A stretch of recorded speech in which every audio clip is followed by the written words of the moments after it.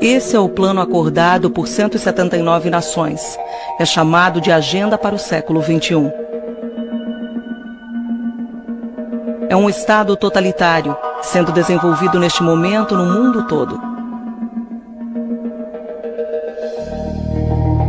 É um inventário e plano de controle. Inventário e controle de toda a terra, toda a água, todos os minerais, todas as plantas, todos os animais, toda a construção, todos os meios de produção, toda a comida, toda a energia, toda a informação e todos os seres humanos do mundo.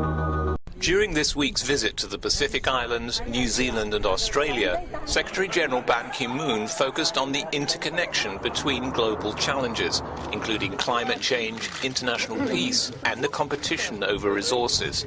Speaking at the University of Sydney, Mr. Ban called on countries to work closely together to safeguard the future of the planet. The Sustainable Development Agenda is the agenda of the 21st century. That is going to be the top priority of the United Nations. Above all, that means connecting the dots between challenges which we have been addressing separately, including climate change, food crisis, water scarcity, energy shortages, gender equality, gender empowerment, and global health. Mr. Ban stressed that time was running out to tackle climate change. Erradicação da pobreza, saúde e bem-estar, educação de qualidade. Ao todo, são 17 Objetivos de Desenvolvimento Sustentável. A Agenda 2030 foi estabelecida em 2015 pela ONU como um compromisso de buscar medidas para, em 15 anos, garantir um mundo melhor para as nações. O Brasil foi um dos 193 países que assinaram esse compromisso. Ele prevê ações do Executivo, Legislativo e também do Judiciário. Desde setembro do ano passado, após a posse do presidente do Supremo Tribunal Federal e do Conselho Nacional de Justiça, ministro Luiz Fux, a Agenda 2030 passou a ser uma prioridade na justiça brasileira. Uma resolução publicada em novembro institucionaliza a Agenda 2030 no âmbito do Supremo Tribunal Federal. Distinguished guests, ladies and gentlemen, it is my honor and privilege to now invite Yang Amat Berbahagia Tun Dr. Mahathir Mohamad, the fourth Prime Minister of Malaysia and President of the Perdana Global Peace Foundation, to address us. Dipersilakan.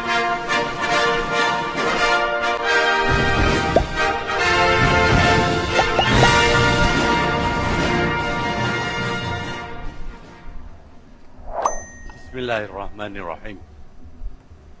Because the intention also is to reduce the number of people in this world.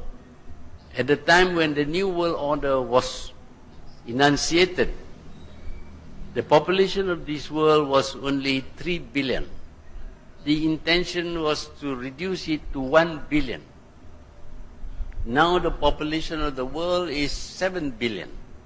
There will be a need to kill many billions of people or to starve them to death or to prevent them from giving birth in order to reduce the population of this world. This is what is in store for most. For those who will suffer and die, there will be the peace of the grave. Os 17 Objetivos de Desenvolvimento Sustentável da Agenda 2030 traçam uma estratégia universal, aplicável à realidade de diferentes países.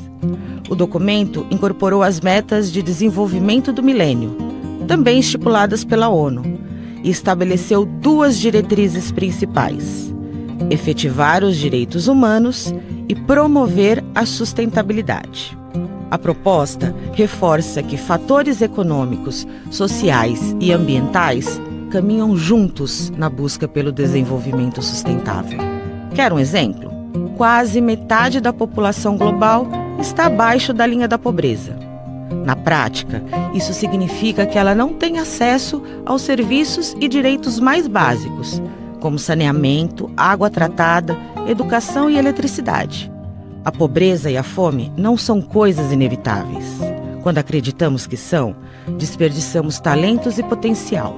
Naturalizamos a desigualdade e criamos um abismo social ainda maior, principalmente para meninas e mulheres, que já precisam lidar com um gênero como um fator limitante de mobilidade social, educacional e profissional. Essa realidade torna-se ainda mais alarmante com as mudanças climáticas em curso. As catástrofes não escolhem vítimas, mas são sentidas de forma intensa por quem vive essa realidade. Se os governos, a iniciativa privada e a sociedade civil escolhem ignorá-lo, o futuro permanece incerto. O recado que a Agenda 2030 nos dá é alto e claro. Precisamos nos unir, enfrentar os problemas de forma coletiva e enxergar as relações que existem entre eles. Todos têm seu papel e todos devemos garantir que ninguém fique para trás. We can be. We must be the first generation to end extreme poverty. The generation most determined to fight injustice and inequalities. The generation that saves the planet from climate change. And this is how it will get done. The global goals. A 15-year plan for everyone, everywhere. With no one left behind.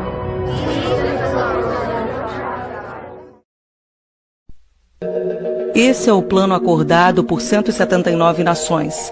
É chamado de Agenda para o Século XXI.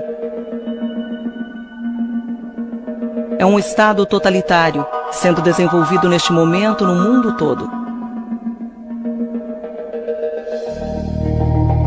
É um inventário e plano de controle. Inventário e controle de toda a Terra. Toda a água, todos os minerais, todas as plantas, todos os animais, toda a construção, todos os meios de produção, toda a comida, toda a energia, toda a informação e todos os seres humanos do mundo. E este é um plano que foi acordado por 179 nações em 1992. É um plano das Nações Unidas e é chamado de Agenda para o Século XXI. E muitos de nós ao redor do mundo pensamos: bem, o desenvolvimento sustentável parece ótimo. Não é sobre reciclar e reutilização criativa e criar energia e recursos alimentares para todos?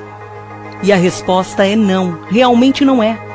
Trata-se de transferir a população para os centros das cidades, centros concentrados e desocupando-os das zonas rurais. Todos os sistemas devem estar em harmonia a fim de controlá-los todos. Porque quando os sistemas não estão de acordo, quando estão fora do equilíbrio, ou não estão sincronizados entre si, eles não podem ser controlados centralmente.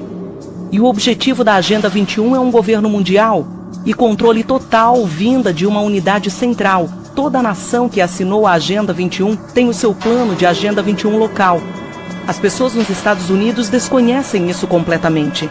Se eu sair e falar sobre isso, a imprensa americana me ataca e me chamará de teoria da conspiração, de teórica da conspiração, o que é completamente ridículo. É uma conspiração, mas não é uma teoria, é um fato.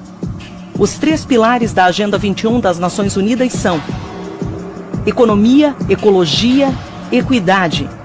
Os 3 Es, e todos pensam que sabem o que isso significa.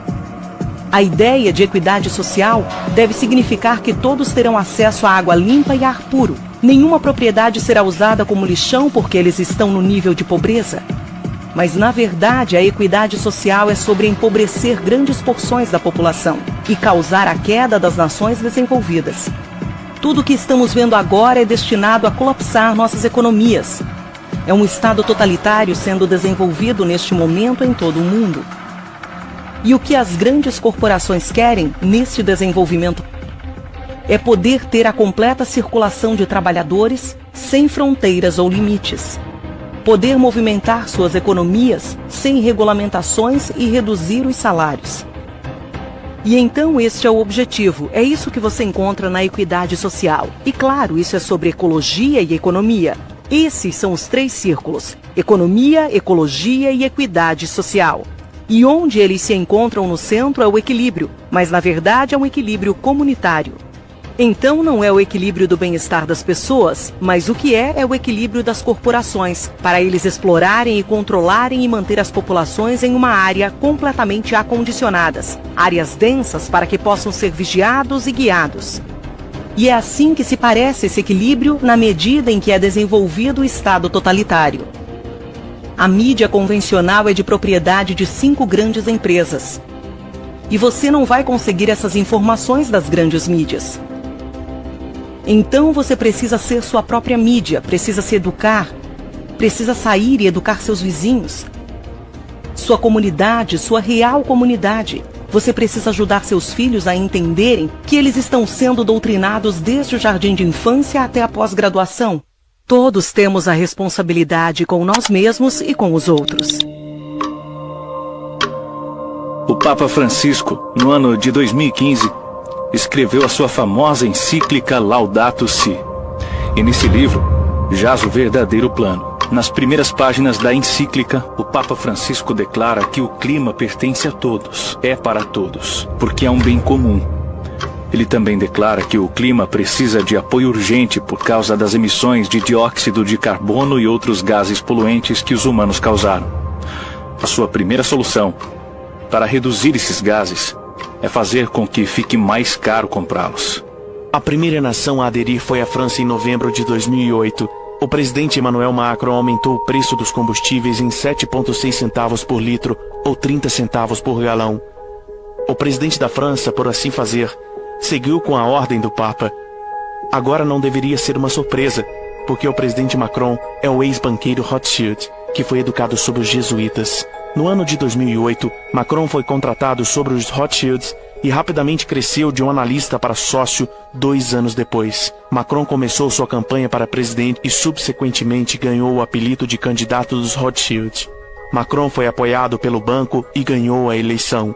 O Papa Francisco congratulou seu novo jogador e deu a Macron o título de o primeiro e único cânone honorário da Arquibasílica de São João de Latrão. O cânone honorário é uma tradição desde o século XV, que significa defensor e advogado da Igreja Cristã e protetor da fé palestina e católica. Os imperadores ou presidentes empossados com este título significa que eles defenderão a Igreja Católica e seus bispos. Isso é exatamente o que Macron tem feito.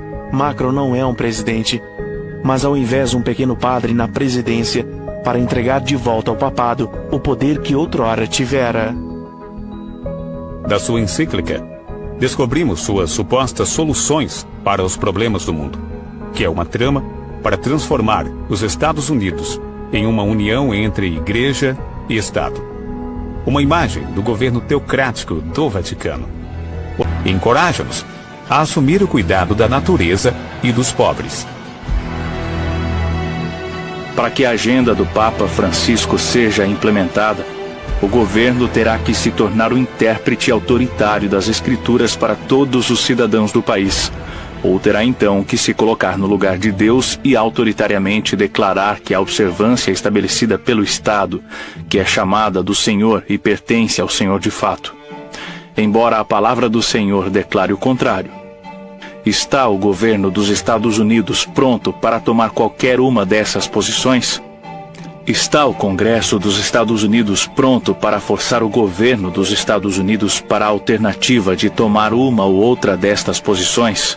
Tomar qualquer uma destas posições pelo governo não seria nada menos para essa iluminada nação, neste período do século XXI, assumir o lugar, a feição e as práticas dos governos da Idade Média e impor os dogmas e definições de teólogos, executando a arbitrária e despótica vontade da Igreja.